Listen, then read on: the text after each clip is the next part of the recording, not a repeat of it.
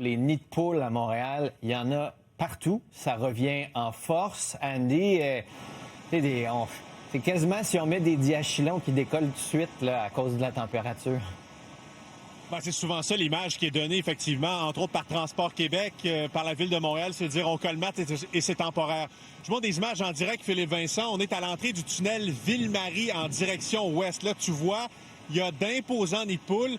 Et force est de constater que ça n'a pas tenu. Ça n'a pas tenu, Philippe Vincent, parce que 2 semaines, jour pour jour, on était ici à l'heure de pointe. Il y avait congestion monstre. Et tu vas voir des images. Ça remonte au 14 janvier dernier, à ce moment-là, en heure de pointe.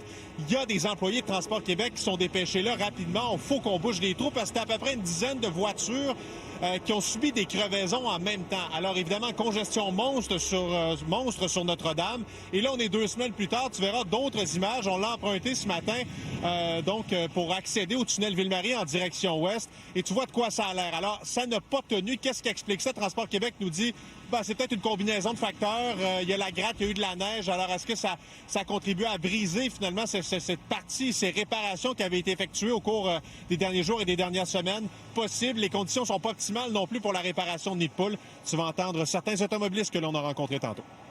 Je viens d'empoigner un gros cliff sur quoi? Je ne m'en souviens plus où, mais énorme. Ah oui, hein? Oui, en sortant du pont.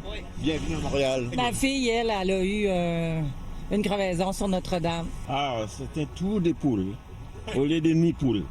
C'est gros. Bon, Andy, tantôt, on entendait la mairesse avec Simon. Elle est très inquiète là, du printemps et du dégel.